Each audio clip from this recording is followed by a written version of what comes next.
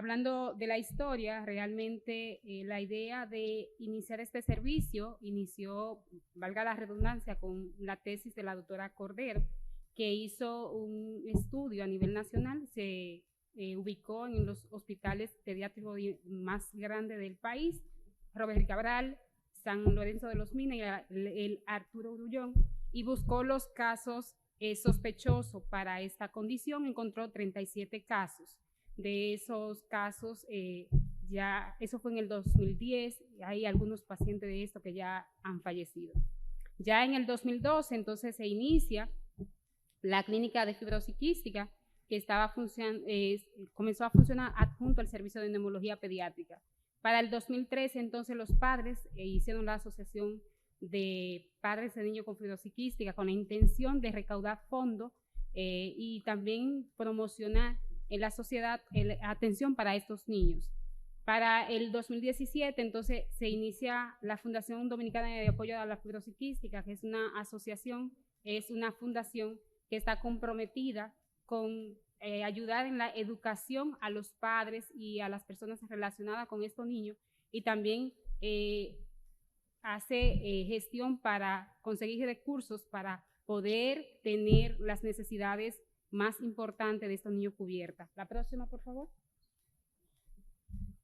Esto fue en el 2019 que un grupo de médicos, tanto de niños, neumólogo, gastroenterólogo, de nutrición, de terapia física, en conjunto con un grupo de médicos del Hospital Gautier, fuimos a Bogotá, Colombia, a una capacitación para entonces implementar un modelo aquí en nuestro país para mejorar el servicio a los niños con fibrosis quística. La próxima, por favor.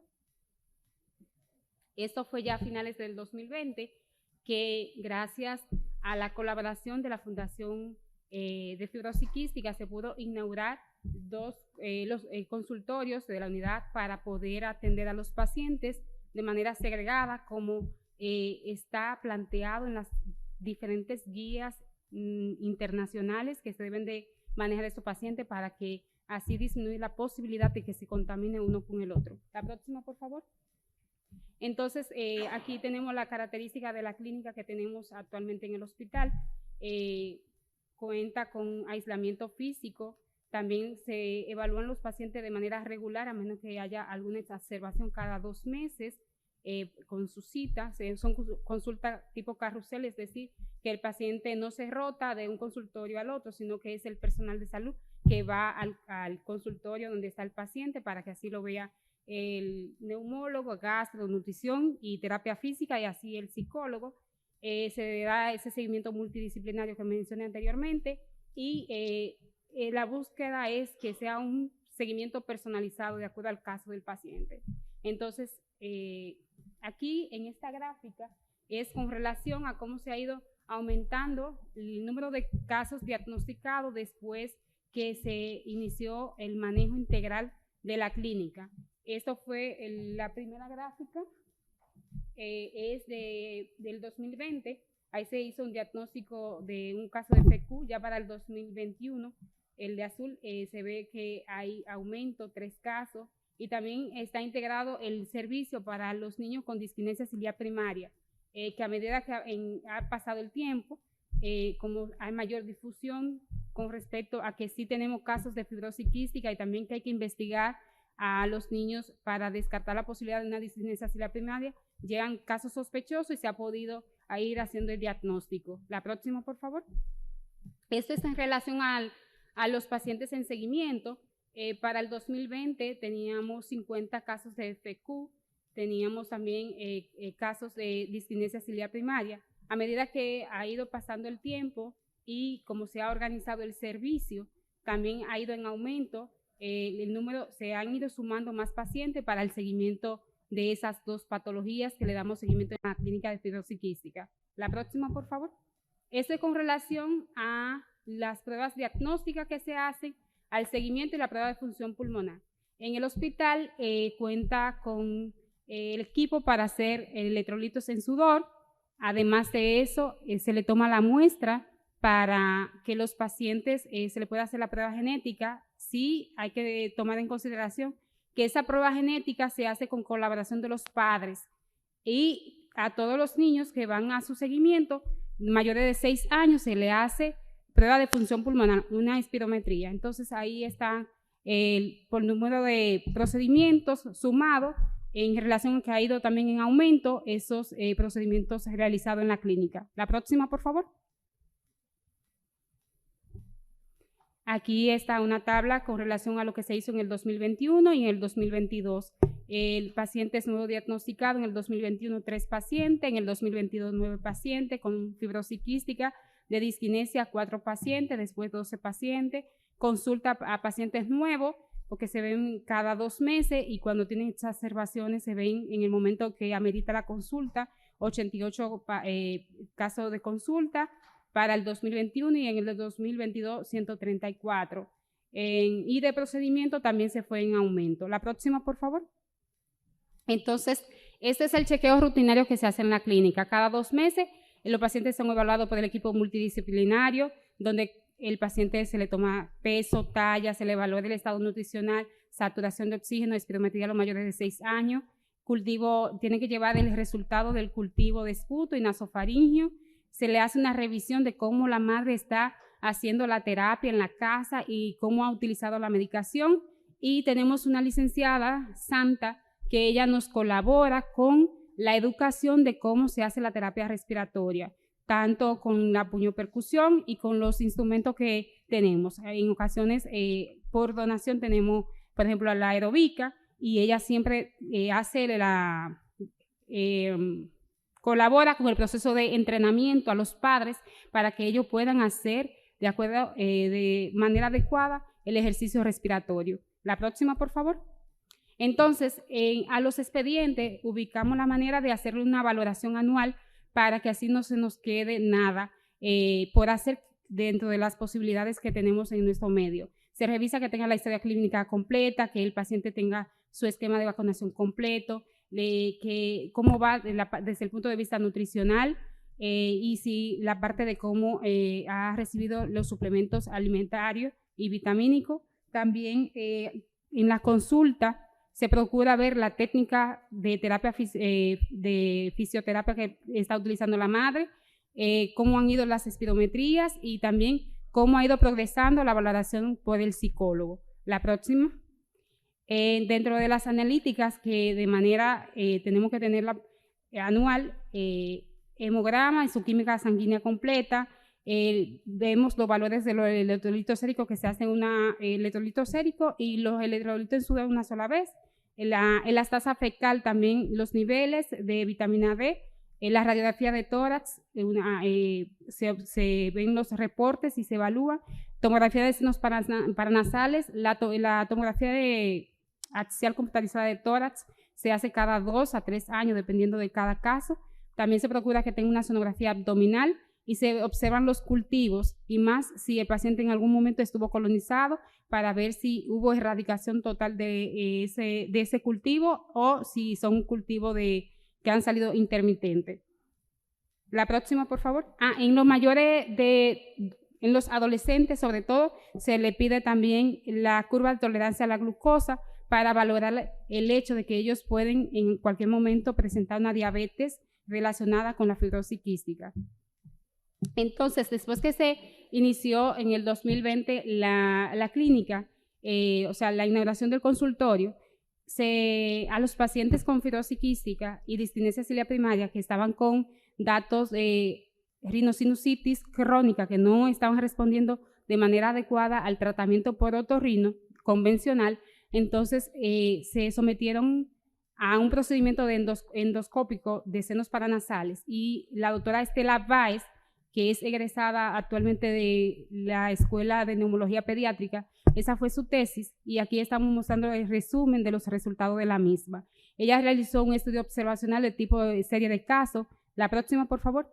Dentro de los criterios de inclusión eran niños mayores de 6 años que no habían respondido bien al tratamiento para la rinosinusitis crónica y se iba a observar si habían mejorado con el tratamiento quirúrgico y 10 pacientes fueron los que pudieron estar en el estudio. La próxima, por favor. Entonces, básicamente, con el cuestionario que se aplicó, se observó que los pacientes habían disminuido los síntomas de la rinosinusitis crónica, que el germen aislado más frecuente eran ya niños mayores de 6 años, era la Pseudomonas aeruginosa, y además de eso, que ellos habían, con un cuestionario de calidad de vida, habían mejorado su calidad de vida después de ese procedimiento con respecto a los síntomas de vía aérea superior. La próxima, por favor. El resumen del caso clínico que le vamos a presentar fue un lactante de 2 meses de edad que se manejó en nuestro hospital. Este niño se ingresó fue para el día 13 de noviembre del 2021, estábamos todavía en el proceso de la pandemia del COVID. Él había llegado porque tenía fiebre, un niño lactante de 2 meses, una semana de fiebre, congestión nasal, rinorrea, tos, había historia de rechazo a la alimentación, disnea, alteración del estado de conciencia. Entonces, él lo enviaron de un centro privado a nuestro hospital.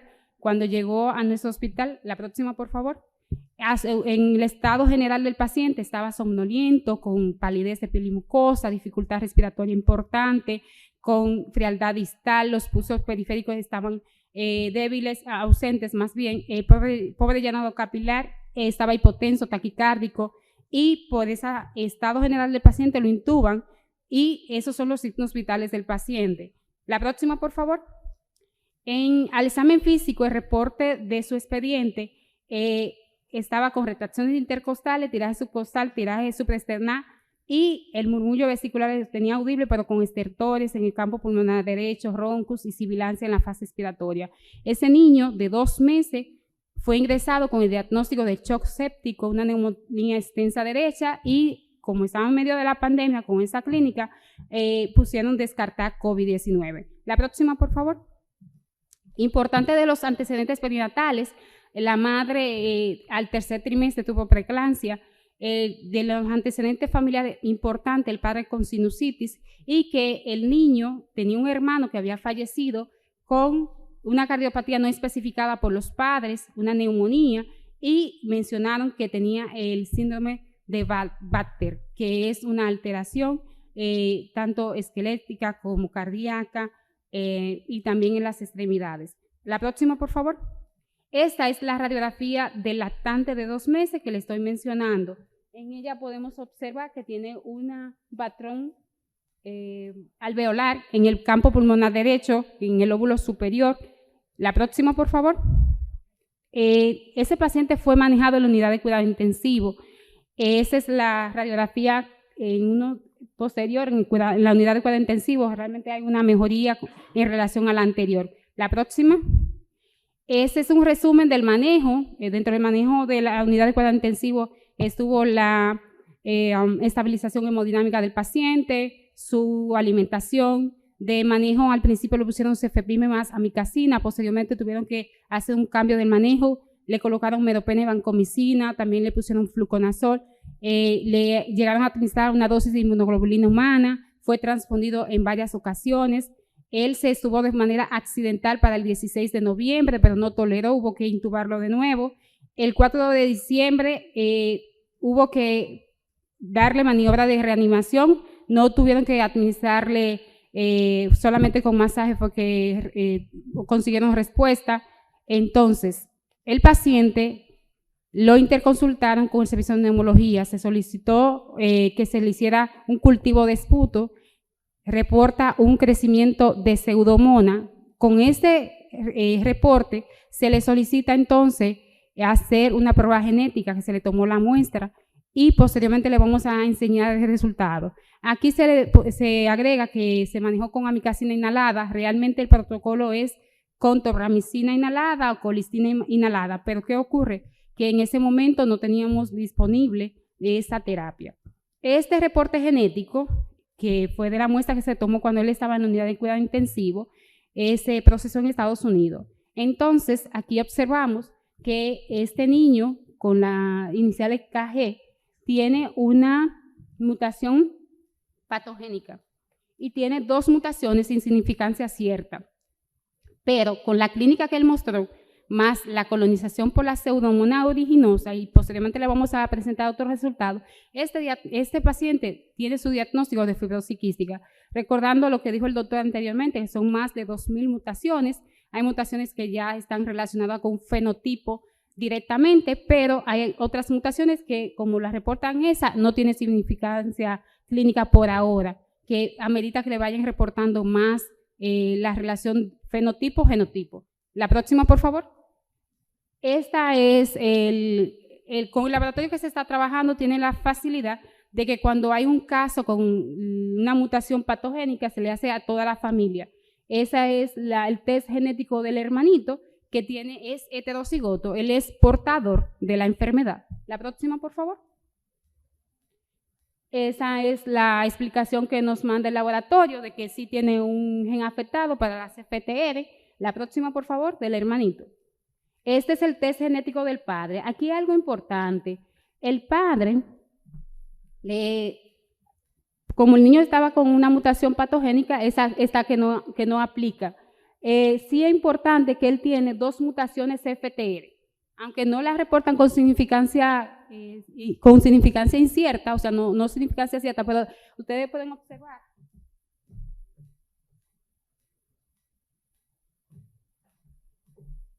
Lo único que el padre reporta es sinusitis y tiene 2 hijos vivos y uno que falleció por el síndrome que anteriormente le mencioné.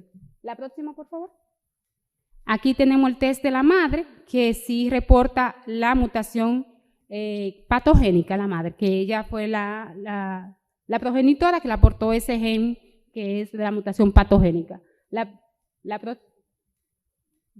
Esa es la explicación de la madre del gen de la CFTR que está afectado. La próxima, por favor. Entonces, con este niño le dije que tenía clínica, aislamiento de ese germen y también tiene afectación en su función pancreática. Tiene la elastasa fecal, está alterada. Él tiene dentro de su manejo el soporte con creón. La próxima, por favor.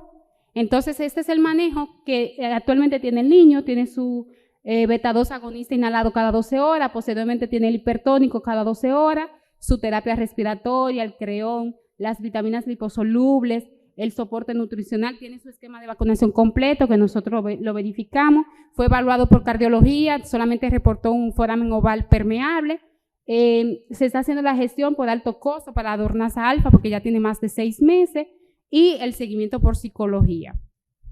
Algo importante, este chiquito ya tiene 9 meses, tiene 18 libras, está hermoso, no se ha vuelto a colonizar más por Pseudomonas aeruginosa, o sea, a pesar de que estuvo en el intensivo, duró muchos días en el intensivo y hubo que darle maniobra de reanimación en una ocasión, no quedó con secuelas neurológicas, nosotros le hemos dado el seguimiento, ya él se sienta solo, va haciendo bien todo lo que uno busca para ver que un paciente va desarrollándose de forma correcta desde el punto de vista del neurodesarrollo.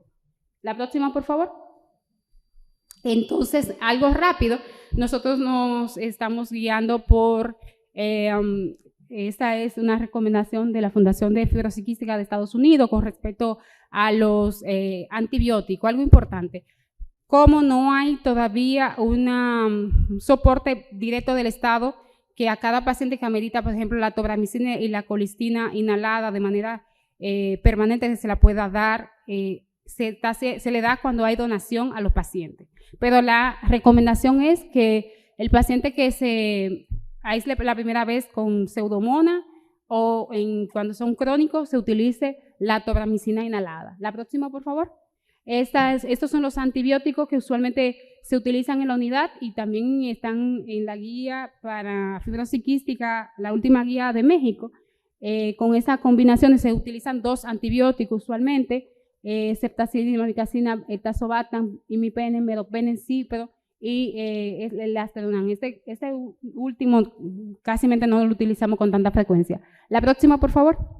Entonces, esta es una guía con respecto al tratamiento de erradicación. El paciente que está asintomático usualmente se ingresa por 2 semanas con doble antibiótico, y se le agrega colistina o tobramicina inhalada. En los pacientes asintomáticos y que son grandes, por ejemplo, se puede, si están en esa condición, se mandan por 3 semanas con cipro, y si hay colistina y tobramicina, se le agrega también. Entonces, si los cultivos persisten de manera positiva, luego de 2 intentos de erradicación, en ese momento el paciente entonces hay que ingresarlo y se le da doble terapia endovenosa y se le agrega la tobramicina. Luego se le hace cultivo control. Y después, si ocurrió una erradicación completa y vuelvo en otro momento a colonizarse con la pseudomonas, se le da otra vez tratamiento de erradicación. La próxima, por favor. Esta es un tratamiento parecido al anterior, puede ser la de la guía de Argentina que la traje. La próxima, por favor. Esta también es con respecto a la guía de Argentina. Ellos, en su guía, dice que si el paciente sale con el cultivo negativo nasofaringeo y persiste con síntomas, entonces hay que programarlo para hacerle un lavado broncoalveolar y así entonces verificar que realmente se haya erradicado el germen o que hay otro germen asociado. La próxima, por favor. Esta es con respecto al tratamiento supresivo contra la pseudomonas. Muy importante, aquellos pacientes que están con colonización crónica por pseudomonas, la opción en caso de que el paciente esté para manejarse de manera ambulatoria es darle ciclo con medicamentos inhalados por ciclo de 28 días. 28 días con el medicamento, 28 días libre del medicamento. La próxima, por favor. Esta es con relación a cuándo utilizar el tratamiento endovenoso. Generalmente en la primera infección se utiliza endovenoso cuando el paciente tiene una exacerbación leve, pero que no ha mejorado, o sea, no ha fracasado la terapia oral, se ingresa para tratamiento intravenoso. En pacientes que están con una exacerbación moderada o grave, también se ingresa para tratamiento endovenoso. La próxima, por favor. Importante, ya esta última presentación, estos son niños de fibrosis quística que se hizo una donación, ahí estaban distanciados uno con otro y se le entregó en el parqueo del hospital una donación que se hizo. Es llamar a la atención realmente en países con anglosajones, con la terapia que se ha ido utilizando a medida que ha pasado el tiempo y los avances en la medicina, se ha conseguido aumentar la esperanza de vida de esos pacientes y la calidad de vida. Asimismo, nosotros que anteriormente pensábamos que no teníamos casos de fibrosis quística en nuestra población porque somos realmente una mezcla de mulatos y con ascendencia afrodescendiente y se pensaba que no, tenemos casos y a medida que se piense, se diagnostique a tiempo, se le dé el tratamiento, su soporte adecuado, se le va a aumentar la esperanza de vida de esos pacientes y la calidad de vida. Eso es lo que buscamos. Además de que esta condición de salud se pueda hacer el tamizaje neonatal para hacerlo temprano su diagnóstico. Porque no es lo mismo que se haga de recién nacido a que sea porque a los 7 años, a los 5 años, cuando ya están colonizados, que su pulmón ha estado ya sometido a todo el proceso de inflamación y con bronquiectasias. No es lo mismo. La próxima, por favor. Aquí tenemos pacientes que han sido manejados en la clínica de nosotros. Ella, 22 años, estuvo en la universidad, lamentablemente falleció esta joven. Esta otra adolescente muy querida, también son las dos que han estado con mayor edad con nosotros, y también tuvimos un varón de ascendencia venezolana, un niño deportista, bien educado, pero cuando llegó a nuestra clínica, porque vino de Venezuela para donde nosotros, ya estaba con bronquiectasia, colonizado, y ya había comenzado a hacer declive de su función pulmonar. Entonces, pero tenemos este niño que se diagnosticó bien temprano y estaba colonizado al principio, que es sumamente inteligente, Kevin, y va progresando de manera correcta, y esa otra niña. Tenemos muchos casos de niños que se han recuperado desde el punto de vista nutricional, que han mejorado su calidad de vida, que se le ha erradicado su colonización por pseudomonas. Se está trabajando de manera intensa en la clínica de fibrosis quística con la gerencia de la doctora, que es apasionada del tema y realmente donde quiera que va lleva el tema para que se piense y que se gestione desde el Estado mejor política pública para este grupo de pacientes. No es, o sea, aunque si pensamos, por ejemplo, infección respiratoria aguda para nosotros en pediatría, que son la mayoría de los casos, versus fibrosis quística son menos casos, pero cada familia que tiene un niño con una condición quiere lo mejor para ese niño. El hecho de que no sean muchos casos no significa que no se piense y que no se hagan las políticas públicas para mejorar la calidad de vida de ese paciente. Muchísimas gracias, pasen un muy buen día.